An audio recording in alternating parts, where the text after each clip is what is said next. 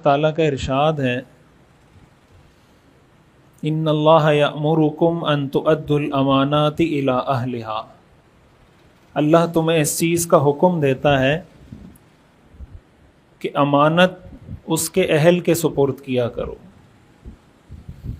جو بھی امانت ہو وہ اس امانت کے اہل کو سپرد کیا کرو۔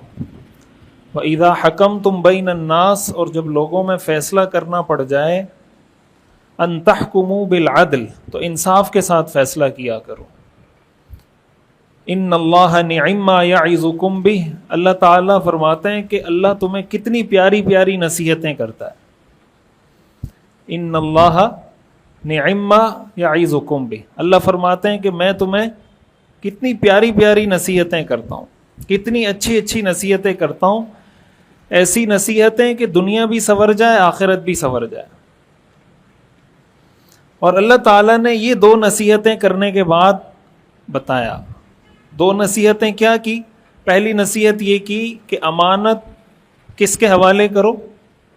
اس کے اہل کے، جو امانت کا اہل ہو اس کے حوالے کرو۔ دوسری نصیحت اللہ نے یہ کی کہ جب فیصلہ کرو تو انصاف کے ساتھ کرو، جب بات کرو تو انصاف کے ساتھ بات کرو۔ قرآن کریم میں سورہ مائدہ میں اللہ تعالیٰ کا ارشاد ہے وَلَا يَجْرِمَنَّكُمْ شَنَآنُ قَوْمٍ عَلَىٰ أَلَّا تَعْدِلُوا اعْدِلُوا هُوَ أَقْرَبُ لِلتَّقْوَىٰ، اللہ تعالیٰ فرماتے ہیں کسی قوم کی دشمنی تمہیں اس جرم پر آمادہ نہ کرے کہ تم ناانصافی شروع کر دو۔ اعدلوا، انصاف کی بات کیا کرو، ہوا اقرب للتقویٰ، یہ تقویٰ کے زیادہ قریب ہے۔ آپ جانتے ہیں شریعت کا حکم یہ ہے کہ اگر ایک طرف مسلمان ہے ایک طرف غیر مسلم ہے، اور مسلمان اور غیر مسلم کا کسی مسئلے میں ان کی لڑائی ہو جاتی ہے، اختلاف ہو جاتا ہے، اور وہ کیس لے کر عدالت میں پہنچ جاتے ہیں، تو عدالت کو کیا حکم ہے کہ عدالت مسلمان کے حق میں فیصلہ کرے، یا عدالت کو یہ حکم ہے کہ جو حق پر ہے اس کے حق میں فیصلہ کرے؟ شریعت کا حکم کیا ہے؟ بولیں۔ شریعت کا حکم یہ کہ جو حق پر ہے اس کے حق میں فیصلہ کر دیں، اگر وہ عیسائی ہے، اگر وہ یہودی ہے، اگر وہ مشرک ہے، اگر وہ ہندو ہے، اگر وہ بدھ مت ہے، اس سے فرق یہ دیکھا جائے گا کہ یہ جو کیس ہے، یہ جو معاملہ ہے، اس میں مسلمان حق پر ہے یا ہندو حق پر ہے، اس میں مسلمان حق پر ہے یا کرسچن حق پر ہے۔ جو حق پر ہوگا فیصلہ اس کے حق میں ہوگا۔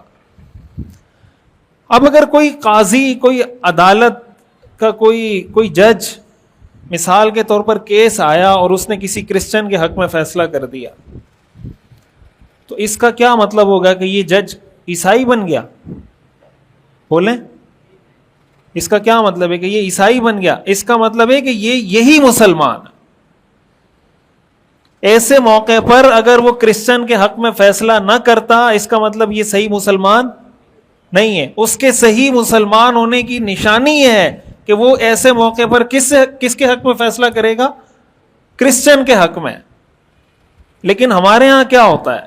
ہمارے ہاں یہ ہوتا ہے کہ اگر دو لوگوں کا آپس میں اختلاف ہو رہا ہے کسی مسئلے پہ، تو اگر آپ نے اس شخص کے حق میں فیصلہ کیا جس کو آپ فیور دینا چاہتے ہیں کسی بھی وجہ سے، مثال کے طور پر وہ آپ کی پارٹی کا ہے، وہ آپ کی برادری کا ہے، وہ آپ کی کمیونٹی کا ہے، وہ آپ کی زبان بولتا ہے، آپ یہ چاہتے ہیں کہ اس کے حق میں فیصلہ ہونا چاہیے، اور عدالت اس کے خلاف فیصلہ کر دیتی ہے، اور اگر آپ انصاف کی نظر سے دیکھیں تو وہ فیصلہ ٹھیک ہو، تو کیا ہم اس بات کو ایکسیپٹ کرنے کے لیے تیار ہوتے ہیں کہ یار ٹھیک ہے یہ فیصلہ ہے، ٹھیک ہے میرے چچا کے خلاف ہے، میرے بھائی کے خلاف ہے، میرے والد کے خلاف ہے، میری پارٹی کے خلاف ہے، میری پارٹی کے لیڈر کے خلاف ہے، لیکن فیصلہ صحیح کیا ہے تو اس لیے اس فیصلے میں اس جج کے ساتھ ہوں۔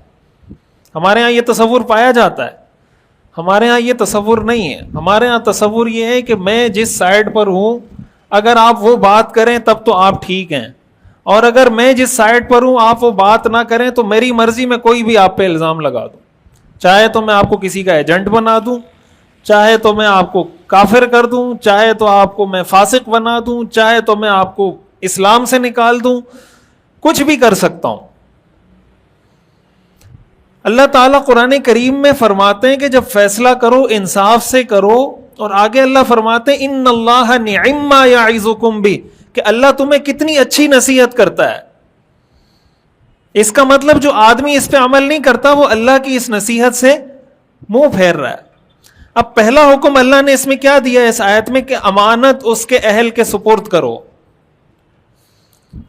حدیث شریف میں آتا ہے رسول اللہ صلی اللہ علیہ وسلم نے ارشاد فرمایا اذا ضیعت الامانہ فانتظر الساعہ، جب امانت ضائع کر دی جائے تو قیامت کا انتظار کرنا. صحابہ نے پوچھا امانت ضائع کرنے کا کیا مطلب؟ آپ نے فرمایا اذا وسد الامر الى غیر اہلہ فانتظر الساعہ، جب کوئی بھی معاملہ کسی نااہل کے سپرد کر دیا جائے تو قیامت کا انتظار کرنا. امانت کو ضائع کرنے کا مطلب کیا ہے؟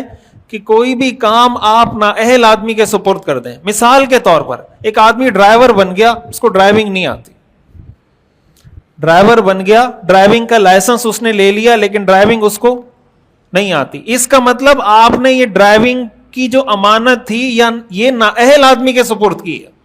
اب جب نااہل آدمی کے سپرد کریں گے، ایسے آدمی نے ڈرائیونگ لائسنس بنا لیا رشوت دے کے، جس کو ڈرائیونگ نہیں آتی، وہ کیا کرے گا؟ وہ جب سڑک پہ جائے گا، جب گاڑی چلائے گا تو کیا کرے گا؟ نقصان کرے گا، حادثہ کرے گا، ایکسیڈنٹ کرے گا. تو اگر یہ امانت اہل کے سپرد ہوتی، ڈرائیونگ لائسنس اس شخص کو ملتا جس کو ڈرائیونگ آتی ہے، تو یہ حادثہ ہوتا. ایک تو حادثات وہ ہوتے ہیں جو حادثاتی طور پہ کسی بھی وجہ سے ہو جاتے ہیں نا، بریک فیل ہو گیا، کچھ ہو گیا، لیکن حادثات کا کتنا بڑا ریشو ہے جو اس وجہ سے ہوتا ہے کہ ڈرائیور کو صحیح ڈرائیونگ ہی نہیں آتی. اچھا، ہم جب امانت کی بات کرتے ہیں نا تو ہمارے ذہن میں امانت کا مطلب یہ ہوتا ہے کہ میں نے آپ کو 1000 روپے دیے، آپ کو کہا کہ مجھے سال بعد دے دینا، آپ سال بعد آئے، میں نے آپ کو، ہم سمجھتے ہیں صرف یہ امانت. یہ سارے ہمارے ہاں جتنے عہدے ہیں، جتنے کام ہیں، مثال کے طور پر کوئی آدمی، اب ہمارے ہاں بنیادی مسئلہ کیا ہے؟ اکثر میں یہ بات عرض کرتا ہوں، میں دوبارہ یہ بات کہنا چاہتا ہوں کہ ہم میں سے ہر آدمی دوسرے کے کام کا ایکسپرٹ ہے.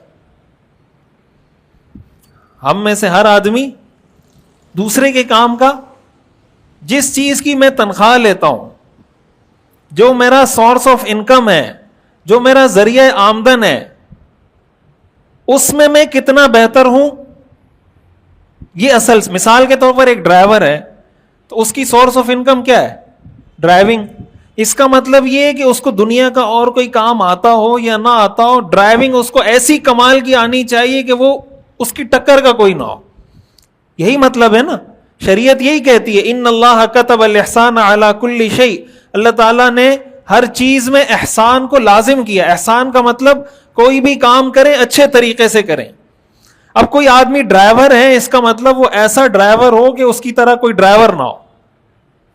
کوئی آئی ٹی کا ایکسپرٹ ہے تو وہ آئی ٹی کا ایسا ایکسپرٹ بنے پھر